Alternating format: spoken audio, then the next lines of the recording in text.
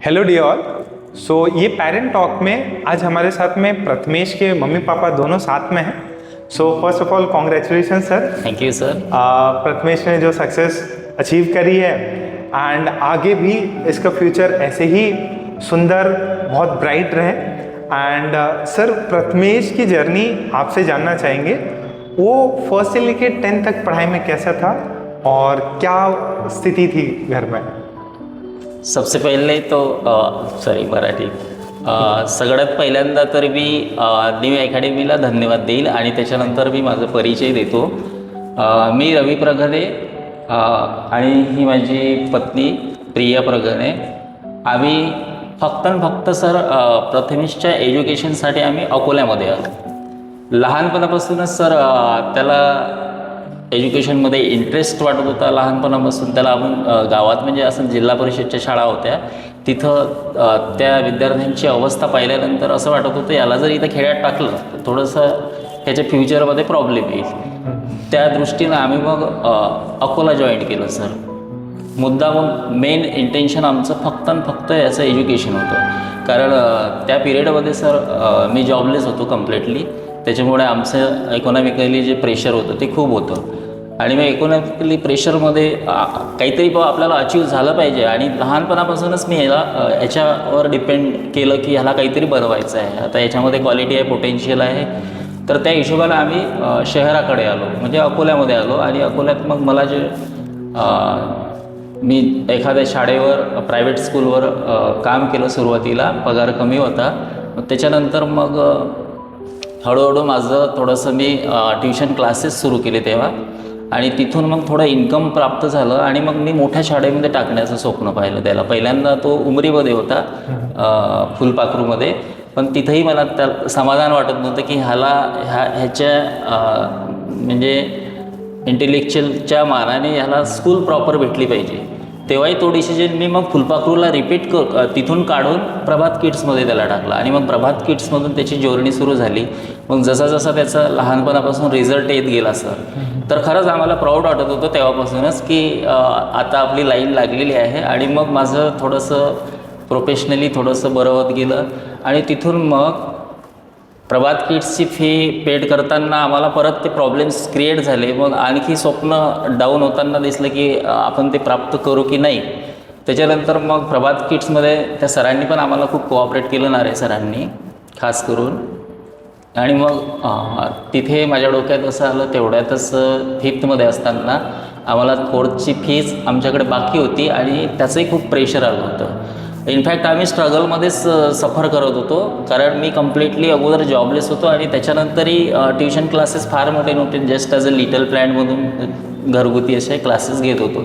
आणि त्याच्यानंतर मग प्रभात किड्समध्येच 4thमध्ये त्याची फी खूप बॅक होती आणि बॅक असल्यामुळे सर ती पेड करायला आम्हाला म्हणजे खूप प्रॉब्लेम्स गेला आणि स्वप्न तर खूप मोठं होतं की शिकला तर प्रभात किड्समध्येच पाहिजे, हे खूप महत्त्वाचं आमचं इंटेन्शन होतं। मग तिथून प्रभात किड्समध्ये तेव्हा 5thमध्ये असताना मी नवोदयच्या संदर्भात थोडंसं ऐकलं, जाहिरात वगैरे पाहिली मी, मग नवोदयचा फॉर्म भरला आणि मला बेस्ट वे दिसला। मी म्हटलं आता जर हा नवोदयमध्ये सिलेक्ट झाला तर आपल्याला इकॉनॉमिकली थोडीशी मदत होईल आणि सिलेक्ट होईल याची थोडीशी खात्री होती की हा करेलच।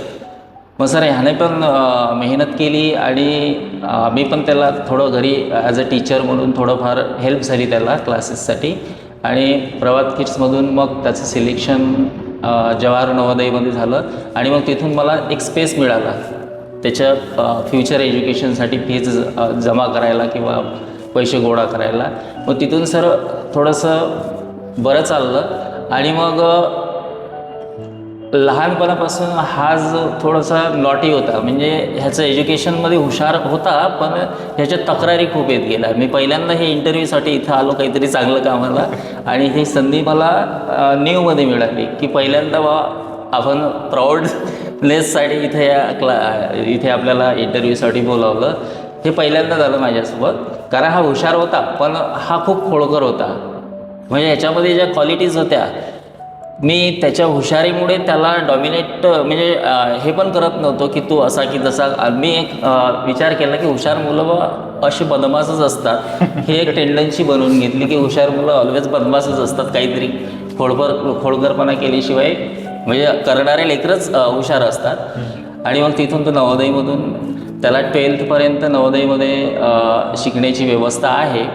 पण मग तिथून ह्याचे मित्र वगैरे किंवा तिथं सरांनी पण आम्हाला सजेस्ट केलं, जर तुम्हाला इंजिनिअरिंग करायचीच आहे. आमचे नातेवाईक काही नवोदयमध्ये होते, त्यांनी मला सजेस्ट केलं की जर इंजिनिअरिंग करायची असेल तर मग तुम्ही ह्याला बाहेर इथून नवोदयमधून काढा आणि ट्युशन क्लासेस लावा, कारण इथे नवोदयमध्ये ट्युशन क्लासेसचे स्पेसिफिक असं स्टडी होत नाही म्हणे. मग आम्ही तिथून बाहेर काढलं आणि मग ॲडमिशन कुठं घ्यायची तर माझे भाऊ आहे प्राध्यापक मोहोड सर, त्यांनी मला सजेस्ट केलं की त्याचे जे रिलेटिव्ह आहेत त्यांचे घुगे म्हणून, कबीर घुगे आणि आय थिंक सिद्धार्थ घुगे, तर ते दोघं भावांची म्हणे तिथे ॲडमिशन केली होती आणि तिथून ते सिलेक्ट झाले दोघंही भाऊ. म्हटलं IIT आणि NITला सिलेक्ट होणं म्हणजे मला ते सरप्राईज वाटलं. मी म्हटलं असं पॉसिबल आहे सर, कारण IIT आणि NIT I know that it is a very difficult exam like as UPSC. मग मला खूप शॉक बसला. मी म्हटलं दोघं भाऊ लागू शकतात एका फॅमिलीतले, म्हणजे आपलाही पोरगा हुशार आहे तर मग लागू शकते. आणि इनफॅक्ट ते ऐकलं आणि मी मग थोडंफार चौकशी करतेच म्हणून आपल्या मुलाला. तो एक फार महत्त्वाचा डिसिजन असतो की आता हे ॲडमिशन कुठं घ्यायची, तो फार महत्त्वाचा लाईफमधला टप्पा आहे. आणि तो जर टप्पा सर मिस झाला कुठल्याही पॅरेंटकडून किंवा कोणत्याही पॅरेंट्सकडून, जनरली मी माझ्या मुलाला हुशार आहे म्हणतो, पण सगळ्या पॅरेंट्सना आपली मुलं हुशारच वाटतात. तो एक इंटरनली एक भावनात्मक इश्यू आहे तो. तर तसं न विचार करता मी प्रॅक्टिकल विचार करत होतो की हा करू शकतो का, हे मला माहीत होतं. मग काहीतरी करेलच हा डेफिनेटली, म्हणून मी क्लासेस खूप पाहिले अकोल्यामध्ये पण. आणि अकोल्यामध्ये पाहत असताना बऱ्याच लोकांची टेंडन्सी अशी आहे, पॅरेंट्सनी मला बऱ्याच पॅरेंटनी सजेस्ट पण केलं की तुम्ही इथं लावा तिथं लावा.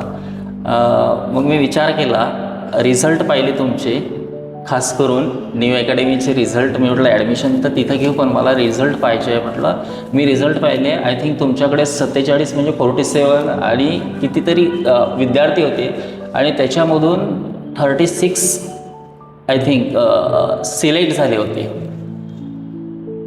तो रेशिओ जर पाहिला त्याच्यानंतरही तुमचा 2022, 2023, 24, 25 आत्तापर्यंतचा रिझल्टचा जो रेशिओ आहे सर, तो रेशिओ खूप बेस्ट होता. आणि याच्यापेक्षा बेस्ट क्लास इथंच नाही तर कोट्यात पण नाही आहे, हे माझ्या लक्षात आलं. मी म्हटलं आपल्या अकोल्यात आपल्याला हे गोल्डन अपॉर्च्युनिटी आहे की न्यू अकॅडमी इतका रिझल्ट देणारी, ही इतकी मस्त. आणि त्यावेळेस खास करून म्हणजे इंडिव्हिज्युअल आपली JEE होतं फक्त, त्याच्यामुळे मी पटकन ॲडमिशन घ्यायला इकडे आलो की इथं ॲडमिशन झालीच पाहिजे.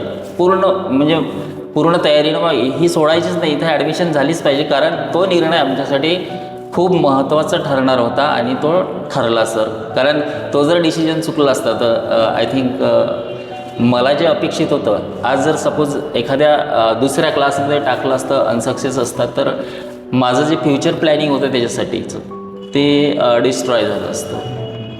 आणि सगळ्यात आम्ही समाधानी याच्यासाठी आहो की मी जो घेतलेला ॲडमिशनच्या वेळेचा जो निर्णय आहे सर, तो आमचा खूप करेक्ट होता. आयुष्यातला तो एक निर्णय असेल की मी म्हणजे करेक्ट घेतला. आणि बाकी पॅरेंट्सनाही मी असं ठरवतो की बऱ्याच पॅरेंट्सचं कसं असते, एक ॲटिट्यूड असते, टेंडन्सी असते की जिकडे ज्या क्लासेसला मित्र वगैरे जातात किंवा सजेस्ट करतात बाहेरून, आणि हे सजेस्ट करणारे काही अभ्यासपूर्ण सजेस्ट करतात तुम्हाला, असं बिलकुल नाही आहे. कारण ॲडमिशन घेण्याअगोदर त्या क्लासचं अजिबात काही माहीत नसते. म्हणजे ॲडमिशन घेताना जेव्हाही पॅरेंट्स ॲडमिशन घ्यायला जातात तर ते कुणाच तरी ऐकून किंवा हे करूनच करतात.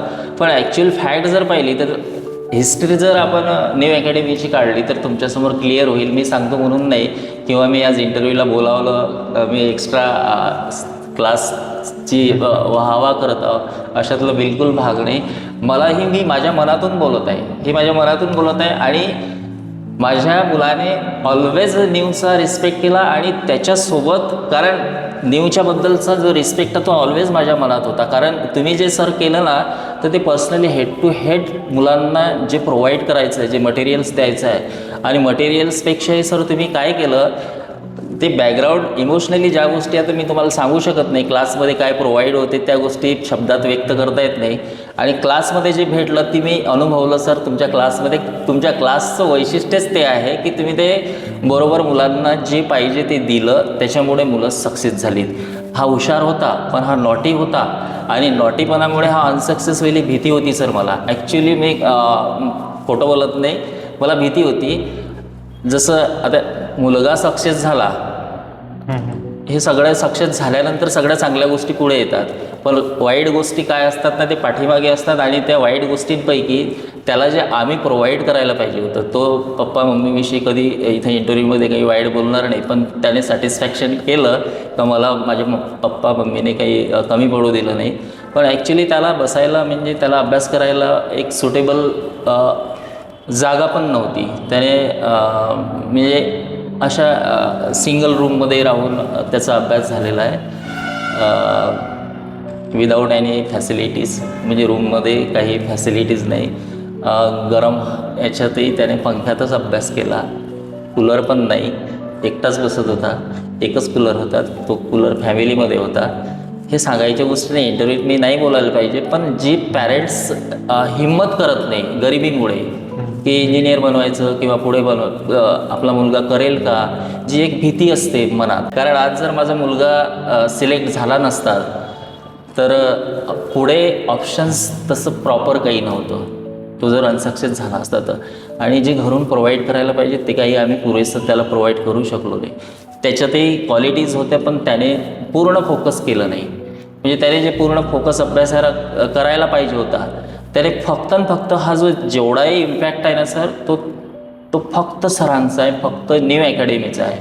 आणि त्याने जर तुमच्या आणखी काही गोष्टी फॉलोअप केल्या असत्या तर आणखी त्याला ग्रेट अचीवमेंट झाली असती, अशी मला डेफिनेटली होपायचं आहे. और जैसे सर ने बात करी तो जो 2 साल का जो एक्सपीरियंस रहा है, बहुत बार मतलब एक है कि हर बच्चे से हमारा एक पर्सनल कनेक्ट बन जाता है. बच्चे की एक्टिविटी देखना, उसके मार्क्स देखना, जब रिज़ल्ट आता है तो हम भी एक्साइट होकर देखते हैं, यार ये वाला बच्चा कहाँ गया, इसके मार्क्स कितने हैं, इसके कितने नंबर आए, ये पहले वाले से परफॉर्म कर रहा है कि नहीं. ये हम बोलने की बात नहीं है, बट हर टीचर करता, हर इंस्टीट्यूट ओनर अपने बच्चों पे टैप रखता है कि यार मेरा बच्चा कैसा कर रहा है. सो प्रथमेश के साथ में बहुत मतलब अच्छी मेमोरीज़ हैं, बहुत सीखनेस वाली मेमोरीज़ हैं. काफ़ी अच्छा रहा. एंड सर के साथ में बहुत ज़्यादा हमारे मिलना होता था, थोड़ा सा प्रेशर आता था सर. हाँ, हमें भी थोड़ा सा प्रेशर आता था, लेकिन जब भी आपसे मिलते थे तो हमारी हिम्मत बढ़ जाती थी. तो हमको मालूम है कि हमको अगर सर कन्विंस कर रहे हैं, हमको शांति से बोल रहे हैं, हम अगर हो सकते हैं तो बच्चों को ईजीली जी सर मोटिवेट करते. सर बहुत स्ट्रगल करके आपने बहुत हिम्मत दिखा के इसको मुकाम पे पहुंचाया. और ये मेरा ये मानना है कि ये परीक्षा बहुत रास्ते खोलती है सभी के लिए. और ये परीक्षा सिर्फ एक बच्चे की नहीं है, उन तीनों की है, पेरेंट्स की है, बच्चे की है एंड इंस्टीट्यूट की भी है. सो हम सभी लोग पास हो गए उस एक गोल को लेके अपन जो चले थे. एंड सर जब 2 साल में जब पढ़ाई कर रहा था उस समय क्या क्या और चीज़ें आपने इसमें ऑब्जर्व करी, प्रथमेश में ऑब्जर्व करी, वो भी हम आपसे सुनना चाहेंगे. और मैम का क्या कंट्रीब्यूशन रहा, मैम के क्या क्या सेक्रीफाइस रहे, वो मैम से भी जानना चाहेंगे. जी सर. सही बोले तो सर बचपन से ही कंट्रीब्यूशन उसकी मम्मी का बहुत कुछ रहा है उसके लिए, और इनफैक्ट मेरे लिए भी. मेरे सभी रिलेटिव्स को मालूम है मेरी बीवी ने हमारे लिए क्या किया है. उसका बहुत कंट्रीब्यूशन है इकोनॉमिकली कंडीशंस लेके सभी बारे में. टाइम पे नाश्ता, टाइम पे खाना, पढ़ाई की ट्यूशन है, ट्यूशन क्लास को उठाने के लिए. और वो तो मैं भी टीचर था, वो भी पढ़ाती है, और मैंने इसको कभी नहीं पढ़ाया, सब मैम ने पढ़ाया. जी. नर्सरी से अभी तक ख्याल रखने वाली जो है वो है, उसका जो पूरा श्रेय जो है शेड्यूल सब कुछ मैम पूरा मैम बना। मेरे बीबी को। Hello ma'am. मैम जो 2 साल की जर्नी रही है प्रथमेश की, उसके बारे में बताइए, और क्या एक्सपीरियंस रहा जब इसकी एज्युकेशन हो रही, जब ये जेई की तयारी कर रहा था, उसके बारे में बताइए। सगळ्यात पहिले तर मी न्यू अकॅडमीचे आभार मानते की आज मला इथं बोलायचा चान्स मिळाला. आणि खरी गोष्ट सांगायची म्हणजे हा जो पॉईंट आहे न्यू अकॅडमीचा आम्हाला मिळाला आज, तो खरं तर आम्ही विचारही नव्हता असा केला की आम्हाला असा पॉईंट मिळेल म्हणून. कारण बाकीचे जे क्लास आम्ही बघितले याच्या आधी तिथं नीट आणि JEE असे दोन्ही मिळून होते, पण आम्हाला हा सेपरेट क्लास मिळाला. आणि त्याच्यामुळे आज माझा मुलगा इथे अचिव्हमेंट क्रॅक केली त्यांनी, आणि तो आज IIT भोपाळमध्ये त्याचं सिलेक्शन झालेलं आहे. आणि राहिला त्याचा स्टडीचा प्रश्न, तर त्यावेळेस जेव्हाही तो अभ्यास करायचा, जसे जसे तुम्ही त्याला शिक्षण दिले ते त्यांनी फॉलोअप केले. आणि खरं तर त्याचा अभ्यास म्हटलं तर तो फार कमी करायचा, पण जोही काही करायचा तो मन लावून करायचा. आणि जेव्हा मी त्याला सजेस्ट केलं की तू अकॅडमीमध्ये जाशील, अभ्यास करशील, तर घरी आल्यानंतर त्यांनी काही तो मन लावून केला त्यांनी. सर कुछ टिप्स जो फ्यूचर पेरेंट्स हैं या प्रेजेंटली जो बच्चे पढ़ रहे हैं उनके पेरेंट्स को कुछ देना चाहें तो प्लीज़ कुछ टिप्स दीजिएगा. जनरली काय होते, पालक लोक ॲडमिशन घेतात मुलांची, आज पैसे द्यायला पॅरेंट्स तयार आहेत, कितीही पैसे देतात, फीस भरून देतात. परंतु गैरसमज कसा होतो की आपण एकदा पैसे भरले की मग आपलं काम संपलं एवढंच सगळं पॅरेंट्स समजतात सर्व. आणि आपली जी नेमकी जबाबदारी असते, जी मुलांसोबत कम्युनिकेशन करणं, त्यांच्या क्लासमध्ये जे मार्क्स कमी येतात त्याच्याबद्दल प्रेमाने बोलणं. कधी कधी काय होते, मुलांना एखादं टॉपिक समजत नाही, एखादं टॉपिक चांगलं समजते, मग कधी मार्क्स जास्त येतात, कधी कमी येतात. आता मार्क्स कमी जास्त होणे हा वर्षभर म्हणजे कंटिन्यू सतत 2 वर्ष त्यांना ही परीक्षा फेस करायची आहे. आणि ही या परीक्षेचं जे महत्त्व आहे ते पहिल्यांदा पॅरेंट्सने समजून घ्यायला पाहिजे. ही काही बोर्डाची परीक्षा नाही आहे, आपण एक मोठं काम करायला जात आहोत, मोठी परीक्षा आहे. आणि त्या दृष्टीनं हे जे मार्क्स आहे हे कमी जास्त होतीलच, कारण तो अभ्यास जो आहे तो कंटिन्यू 2 वर्षाचा आहे. आणि 2 वर्षापर्यंत सतत मुलांनी सातत्य ठेवणं, कधी कधी मुलंही थोडंसं डिप्रेशनमध्ये येतात, कमी जास्त अभ्यास होतो त्यांचा, आणि कंटिन्यू असल्यामुळे मुलांना थोडंसं कंटाळावाना वाटतो. परंतु ह्या सगळ्या गोष्टी क्लासमध्ये सरांनाही माहीत असतात आणि सर त्याला मोटिवेट करत असतात. पण नेमकं पॅरेंट्सचं असं होते की पॅरेंट्स आपल्या सगळ्या ज्या व्यवस्था आहे, आपली सगळी जी कामं आहे किंवा आपल्या ज्या जबाबदाऱ्या आहेत त्याला निग्लेक्ट करतात. म्हणजे कुठं बाहेर जायचं असेल, लग्न करायचं असेल, म्हणजे लग्नाला जायचं असेल, किंवा कुठं बाहेर फिरायला जायचं असेल, तर मुलं एकटी आहेत का, मुलं बाहेर जातात का, मुलं बाहेर कोणती कामं करतात, मुलं खास करून जर म्हटलं तर मोबाईलचा किती यूज करतात.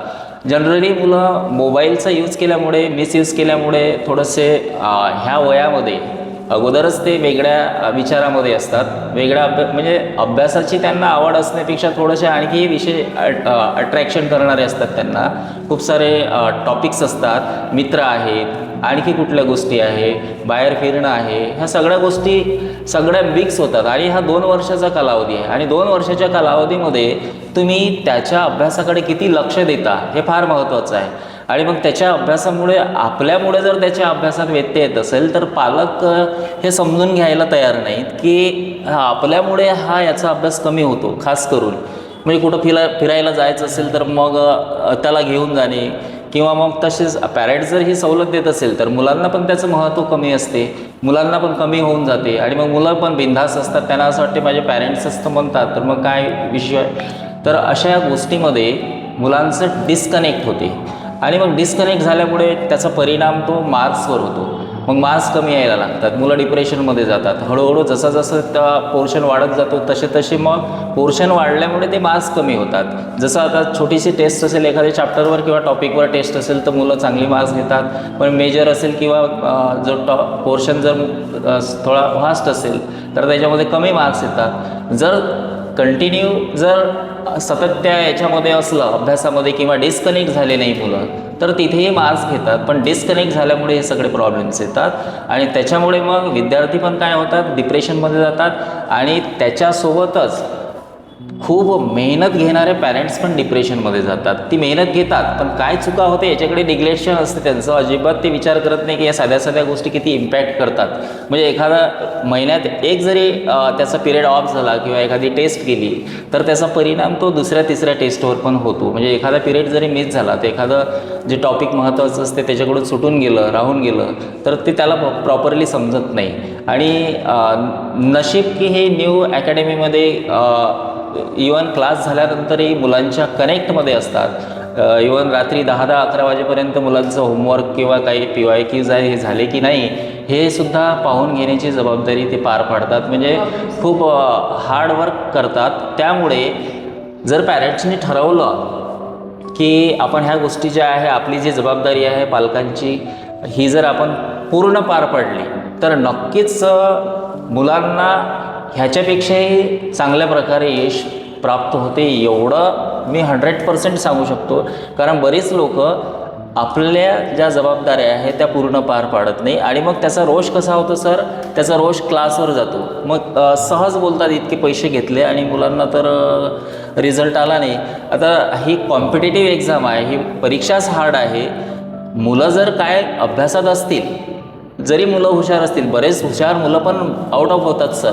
आणि त्याचं कारण ते प्रॅक्टिकल म्हणजे जर पाहिलं तर ते सतत अभ्यासात नसतात, अभ्यास त्यांच्या प्रॅक्टिकलमध्ये कमी पडतात, ते अभ्यासात कमी पडतात म्हणून ते डिस्कनेक्ट होतात. जी मुलं मग ती थोडीफार वीक जरी असली आणि त्यांनी जर अभ्यास केला तर अभ्यास केल्यानंतर वीक मुलं पण न्यू अकॅडमीमध्ये सक्सेस झालेली आहे हे मला चांगल्या प्रकारे माहीत आहे. कारण मी सरांचा बराचदा माझ्याशी कम्युनिकेशन त्या संदर्भात झालेलं आहे, त्याच्यामुळे मला त्या रिझल्टच्या आयडियाज आहे. बरेच वीक मुलं पण इथे सक्सेस झालेली आहे. आणि माझा मुलगा जरी हुशार असला तरी त्याने स्वतः मात्र फार अभ्यास केला नाही, फक्त न्यूच्या इन्स्ट्रक्शन फॉलोअप केल्या आणि न्यूच्या इन्स्ट्रक्शन फॉलोअप केल्यामुळे त्याचं इम्पॅक्ट त्याच्यावर खूप झालेला आहे. तो हुशार होता हा भाग वेगळा, पण जेवढा अभ्यास त्याने करायला पाहिजे होता तेवढा केला नाही. त्याच्यामध्ये ॲडिशनल जो ही अचिव्हमेंट आहे किंवा जे सक्सेस आहे हे सगळं न्यू अकॅडमीचं आहे. त्याच्यासाठी म्हणून मी न्यू अकॅडमीच्या बद्दल भारावून गेलो सर. माझे म्हणजे ॲक्च्युली मला ना ते स्तुती करायला शब्द नाही, इतका मोठा आहे पण नाही मी तुमच्या न्यू क्लासेसचं स्तुती करावं, पण जे मनातलं आहे ती मी खरी बोलण्याचा प्रयत्न केला. आणि सगळ्या पॅरेंट्सना मी एवढंच सांगेन की तुम्ही क्लास निवडताना किंवा ॲडमिशन घेताना प्रॉपर क्लास आहे का, करेक्ट क्लास आहे का हे पहा. आणि ते आम्हाला भेटलं म्हणून आज इथं बोलायची आम्हाला संधी मिळाली. आणि तुम्ही पण मुलांच्या बोलण्यात न येता मुलांचे बोलणे तुम्ही सक्सेस झाल्यानंतर ऐका. त्या अगोदर तुमची जबाबदारी आहे की पहिल्यांदा मुलाला आपल्या कोणत्या इन्स्टिट्यूटमध्ये टाकायचं आहे, कोणती इन्स्टिट्यूट त्याच्यासाठी बेटर आहे, बेस्ट आहे. आणि हे जर काही पॅरेंट्स खेड्यातून येतात किंवा काही अननोन असतात तर त्याने जर थोडीफार चौकशी केली तर तिथे अकोल्यामध्ये तरी सांगतो तुम्हाला की न्यू अकॅडमीशिवाय तुम्हाला बेस्ट अकॅडमी कोणतीच दिसणार नाही. सगळ्या पॅरेंट्सना मी मनापासून रिक्वेस्ट करतो. मी पण ॲज अ टीचर म्हणून काही गोष्टी क्लासमधल्या समजतो आणि ह्या क्लासमध्ये ज्या गोष्टी आहेत त्या काही शब्दात सांगितल्या. आणि thank you for listening to this wonderful interview and आगे भी बच्चे हमारे ऐसे ही अपना नाम रोशन करते रहें, पेरेंट्स का नाम रोशन करते रहें. इसी संकल्प के साथ में हम लोग और मेहनत करते रहेंगे और अकोला में बहुत सारे रिजल्ट्स क्रिएट करेंगे. Thank you sir. हमारी पूरी फैमिली बहुत खुश है और इसके हकदार आप हैं. Thank you sir. Thank you. Thank you sir.